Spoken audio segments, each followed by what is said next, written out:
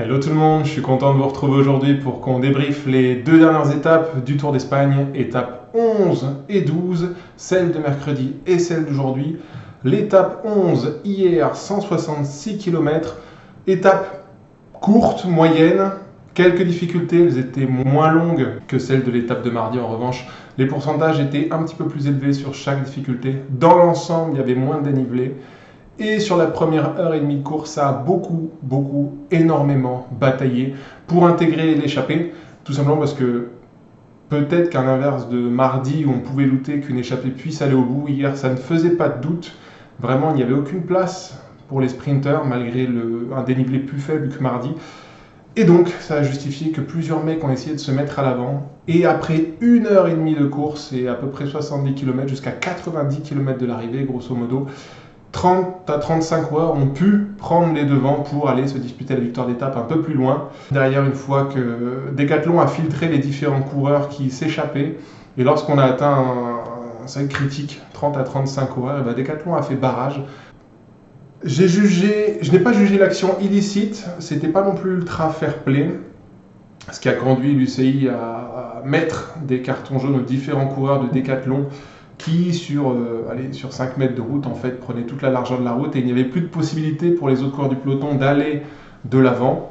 Alors, il n'y a pas que les Décathlons, il y avait aussi Van Aert sur une image qui a donné la bénédiction à l'échappée. J'ai été surpris de ne pas voir Wout van Aert dans l'échappée d'hier.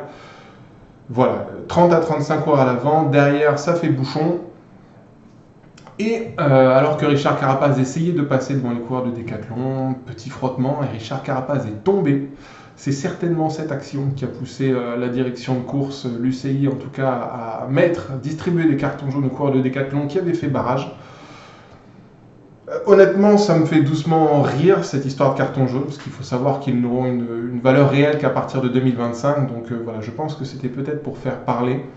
Pour donner un autre exemple, Victor Campenaerts a aussi pris un carton jaune sur l'étape d'hier pour position illicite. Donc je ne juge pas que les coureurs de Décathlon sont en faute. Je pense que la faute est partagée avec Richard Carapaz qui a un peu aussi forcé le passage. C'est un fait de course pour moi, tort partagé. Après oui, ça a fait parler hier. C'était bizarre comme attitude, mais ça n'a pas plus influencé la course que cela, puisque du coup, nos 30 à 35 coureurs qui se sont barrés après 1 heure et demie de course, eh bien, vont aller se disputer la victoire au campus technologique de Cortizo. Il y a eu différents mouvements de course. Je préfère retenir le final et les 14 coureurs qui se sont présentés hier pour la victoire à Cortizo. Ça aurait dû être un sprint à 14 et puis finalement sur une très très bonne anticipation d'Eddie Dunbar qui a surpris l'ensemble de ses adversaires aux 500 mètres et qui ne s'est plus relevé, eh bien est venu s'imposer à Cortizo de façon brillante. Je vais revenir sur Eddie Dunbar qui a crânement tenté sa chance et ça a fonctionné. C'est le genre de stratégie où c'est un petit peu quitte ou double. Ou vous arrivez à déboucher de derrière, vous ne prenez personne dans votre roue, forcément derrière ça va se regarder au moment de lancer le sprint et vous allez pouvoir vous imposer. Dans le cas contraire, si Eddie avait emmené avec lui quelqu'un dans sa roue, eh bien c'était le mec qui était dans sa roue qui aurait remporté l'étape. Quoi qu'il en soit, l'histoire retiendra que Eddie a remporté du coup cette 11e étape à Cortizo, une victoire méritée. Derrière, pour les accessibles, Quatermain, Max Poole, je reviendrai juste après sur le classement d'étape. Pendant que ces 35 mecs, et plus précisément les 14 mecs, se disputaient la victoire d'étape, derrière, dans le groupe des favoris, eh bien Red Bull est passé à l'attaque et Roglic, particulièrement pour reprendre du temps à Ben O'Connor. Roglic, toujours dans sa mission de remontada sur un gros effort d'Alexander Vlasov, qui a mis tout le monde dans le rouge. Eh bien, Roglic sur l'accélération a pu partir fortement et seul Enric Mas a pu prendre sa roue. Un peu plus tard, au sommet de la dernière bosse, 4 coureurs vont rentrer sur les deux hommes forts de la Vuelta, j'ai envie de vous dire, Primož Roglic et Enric Mas. Les 4 coureurs qui vont entrer sont Matthias Kjelmose, qui est décidément plus en forme sur les étapes punchy que sur les étapes de haute montagne. Carlos Rodriguez, qui ne cesse de me surprendre, même s'il est à son niveau. Mikel Landa qui confirme étape après étape qu'il a très bien récupéré de son Tour de France. Et la bonne surprise d'hier pour moi, David Gaudu, qui du coup accroche le groupe des 6 meilleurs favoris de l'étape 11. Ces 6 coureurs vont se jeter à Cortizo et on va compter le débours de Ben O'Connor qui lui a lâché pas mal de lest hier. Schialmose, Rodriguez, Gaudu, Roglic, Landa et Mas arrivent ensemble à 3 minutes 31 du vainqueur Eddie Dunbar. 15 secondes après ce groupe de favoris, Richard Carapaz et Pavel Sivakov. Peut-être que la chute a un petit peu influencé sur le comportement de Carapaz dans le final, mais l'Équatorien a un petit peu bloqué. Et il y a 5 favoris qui ont perdu gros sur l'étape d'hier, 37 secondes sur le groupe Roglic, à savoir Ben O'Connor, le maillot rouge, son coéquipier Félix Gall, Florian Lipovitz, coéquipier de Roglic, Adam Yates et Sepp Kuss, le tenant du titre de la Vuelta. Au classement d'étape, Eddie Dunbar l'emporte donc devant Quinten Hermans et Max Poole. Les coureurs qui font 2 et 3, à l'image d'Eddie Dunbar, ont un petit peu surpris leur adversaire, mais trop tard, pas suffisant pour entrer sur Dunbar. Narvaez termine 4ème, Urko Bera2 de l'équipe Kern Pharma fait 5, Filippo Zana, coéquipier du vainqueur, fait 6, Ion Izagirre pour la Cofidis 7ème, Verona 8, Garofoli 9 et Brandon McNulty, vainqueur du chrono d'ouverture et porteur du maillot rouge sur la deuxième étape, termine lui 10ème. Je vais aller jusqu'au top 14, puisque ce sont les 14 mecs qui se sont disputés la victoire d'étape. Attila Valter fait 11, Georges Bennett pour Israël Première Tech fait 12, il remonte bien au classement général, je vous le montrerai tout à l'heure. Sam Oomen est 13ème et Guillaume Martin vient conclure. Ce groupe d'échappés termine donc 14e. A noter, sur le classement d'étape de la veille, Lennert Van Edveld, le petit prodige belge que j'avais pris jusqu'à présent beaucoup de plaisir à suivre cette Volta, a terminé avant-dernier de l'étape, très loin des mecs qui sont disputés la victoire et même des favoris du général.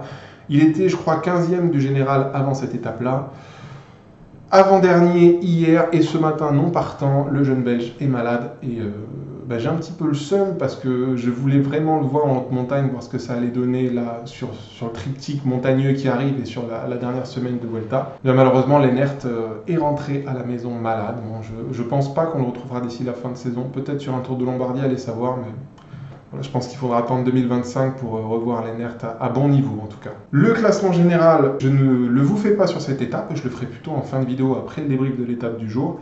3 points marquants pour moi sur cette étape 11. Tout d'abord le vainqueur Eddie Dunbar que je félicite et honnêtement il revient de très loin. Une longue traversée du désert pour Eddie Dunbar tout simplement parce qu'il avait fait un très bon Tour d'Italie 2023.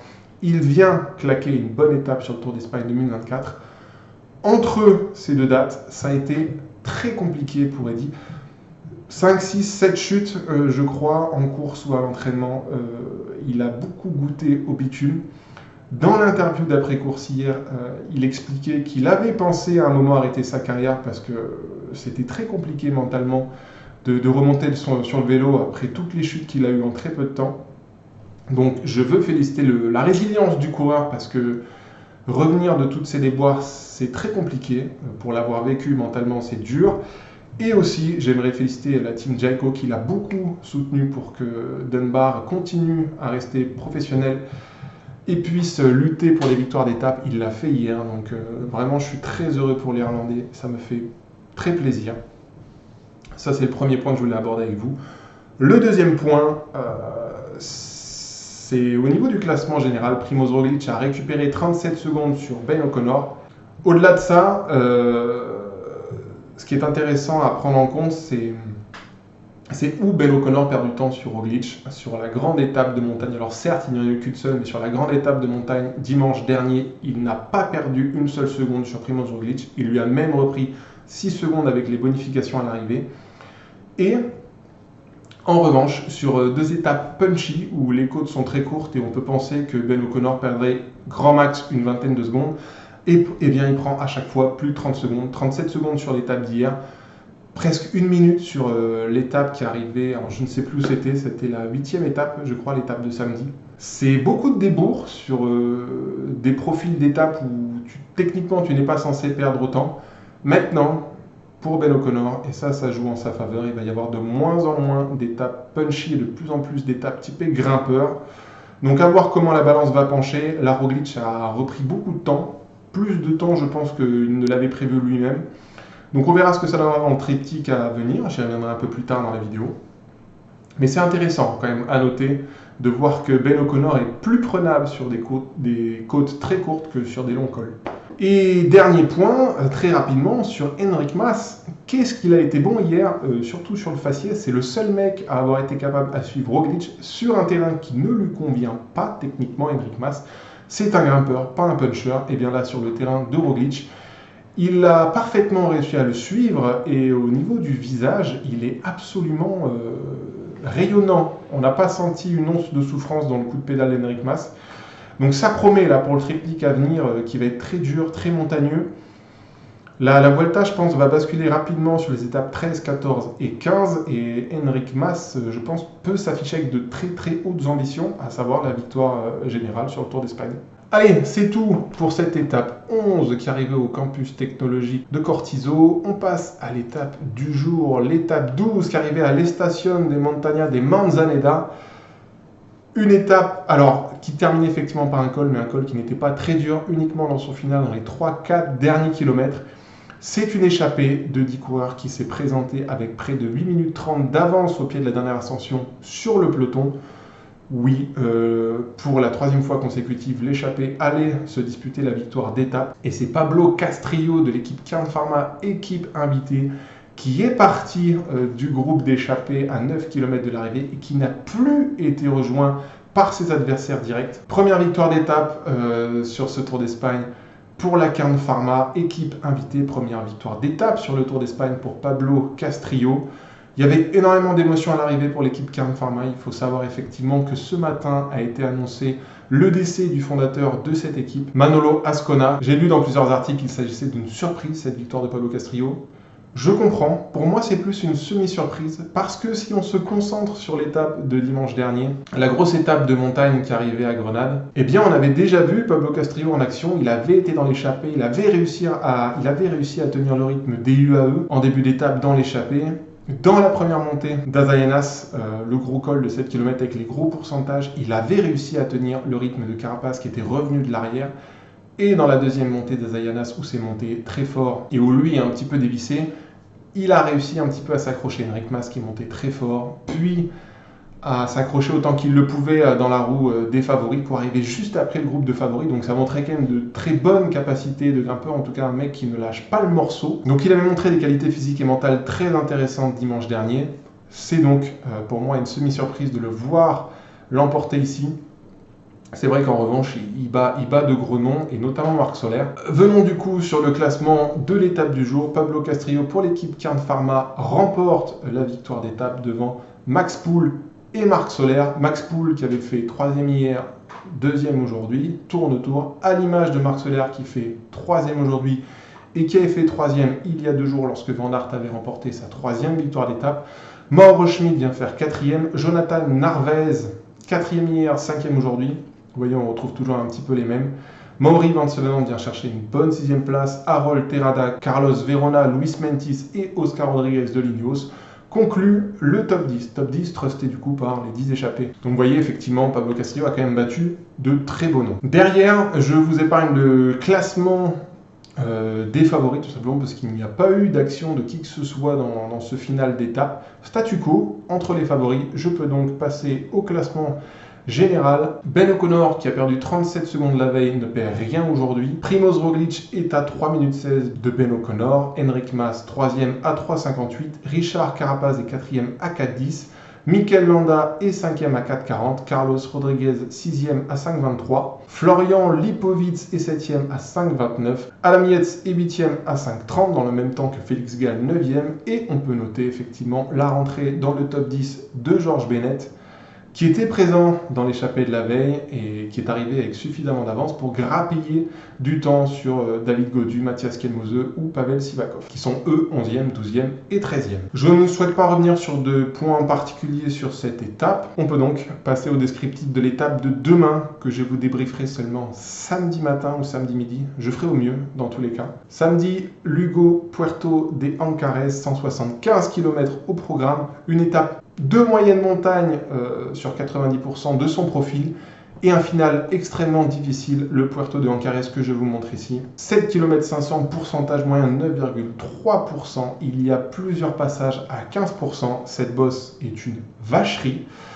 Ça va être très compliqué pour moi, je pense, de voir les échappées s'imposer sur un tel type de parcours. Il faudrait des circonstances exceptionnelles, à savoir se présenter certainement avec allez, minimum 4 minutes d'avance sur le groupe des favoris, parce que je pense que derrière, ça va enclencher très fort.